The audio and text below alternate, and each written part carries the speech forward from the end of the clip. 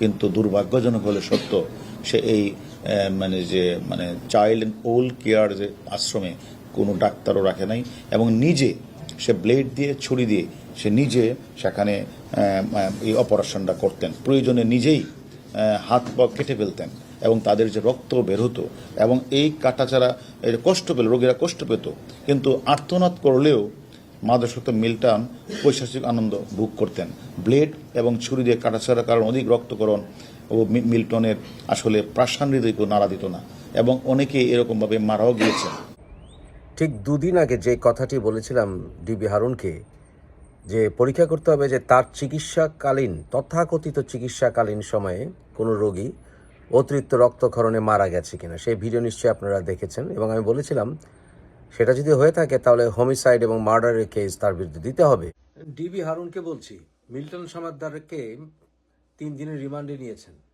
Milton Samaddar সে নিজের মুখেই বলেছে সে 5 টাকার ব্লেড দিয়ে কাটাকাটি করেছে মানুষের শরীরে, সেখান থেকে গ্যাংরিন হয়ে মানুষ মারা গেছে কিনা, কারণ সাধারণ একটি রক কাটলেও মানুষ ব্লিডিং হয়ে মারা যেতে পারে।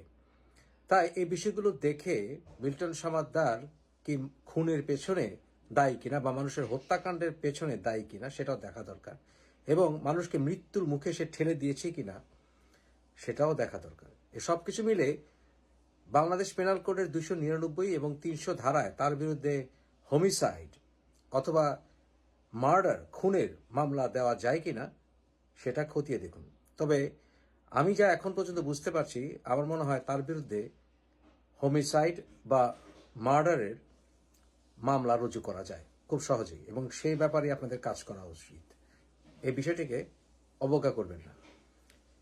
প্রতারণা, এছাড়া টাকা আত্মসাৎ, কিডনি চুরি, এর চাইতে বড় কথা হচ্ছে সে মানুষের হত্যাকাণ্ডের জন্য যদি দায়ী হয়ে থাকে তার বিরুদ্ধে চার্জশিট দিন।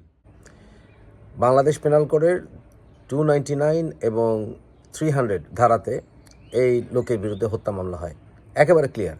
আজকে ডিবি হারুন প্রেস কনফারেন্সে সেই কথাটি স্পষ্ট করলেন যে তার ওই তথাকথিত অপারেশনের সময় সে পৈশাচিক আনন্দ পেত এবং অতিরিক্ত রক্তক্ষরণে অনেকে মারা গেছে। সিম্পল, অনেক দরকার নেই, একজন মারা গেলেই তার বিরুদ্ধে বাংলাদেশ পেনাল কোডে 299 এবং 300 এই দুটো ধারায় তার বিরুদ্ধে মামলা হয়, ক্লিয়ার। অতএব ডিবি হারুনকে বলবো আপনি আর অন্যদিকে যাওয়ার খুব একটা প্রয়োজন নাই। সে টাকা তসরুপ করেছে, এটা সেটা, প্রাইমারি থিং ইজ তার বিরুদ্ধে হত্যা মামলা দিতেই হবে। আর কোনো চয়েস নেই, আপনি নিজের মুখের কথাতে বেরিয়ে আসছে, আর কোনো চয়েস থাকতেই পারে না।